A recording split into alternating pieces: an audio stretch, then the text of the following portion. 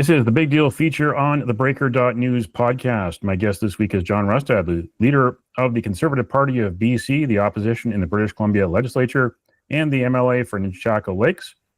In the space of a year and a half, the Conservative Party went from 0 MLAs to 44 MLAs, came close to winning the 2024 election. And actually, before I get on to talking about this current legislature session, I want to get from you the latest on the controversy around potential voter irregularities in the Surrey-Guildford riding. So first of all, thanks for having me on. It's good to see you. It has been quite a journey, certainly as the Conservative Party. And, here we are 8 months after the election, and there's still stuff hanging on there because of the irregularities that have happened and during the election.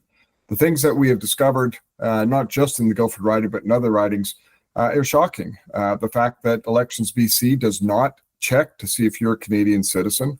Found many cases of people who are not Canadian citizens who voted. We found many cases of people who even asked Elections BC if they were Canadian citizen. Elections BC response to the person who told us was, no, actually, nobody checks for that. And that to me is one huge flaw in our system. But that isn't really actually even connected to the Surrey-Guildford case. The Surrey-Guildford case is going to court. I think it'll start possibly as early as Monday here of next week, on the 26th. We'll see how that proceeds. It's going to be quite interesting. The NDP lawyers, I believe, are arguing that the whole process should be delayed. I think Elections BC is going to be looking for a publication ban in terms of the information coming forward. So we'll see how all of these things play out once it actually gets into court.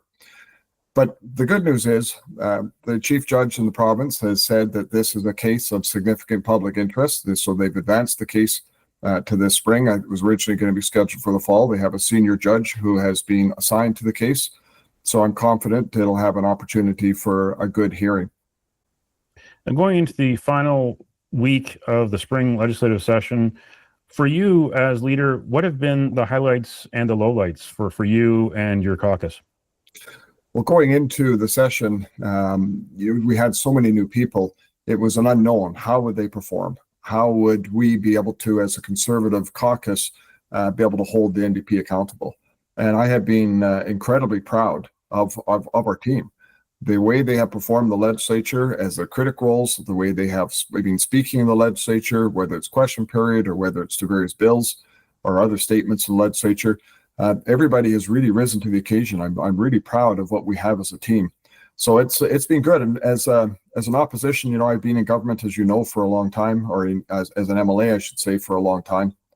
And I have never seen a government in such disarray in coming out of an election and having the spring session, having a throne speech, having a budget, and all of that has landed flat. They have, they've just been going from crisis to crisis, from scandal to scandal in terms of the way they're doing things. And it's, if this is where they're at in the first year coming out of an election, I shudder to think of what it's like if this carries on much longer.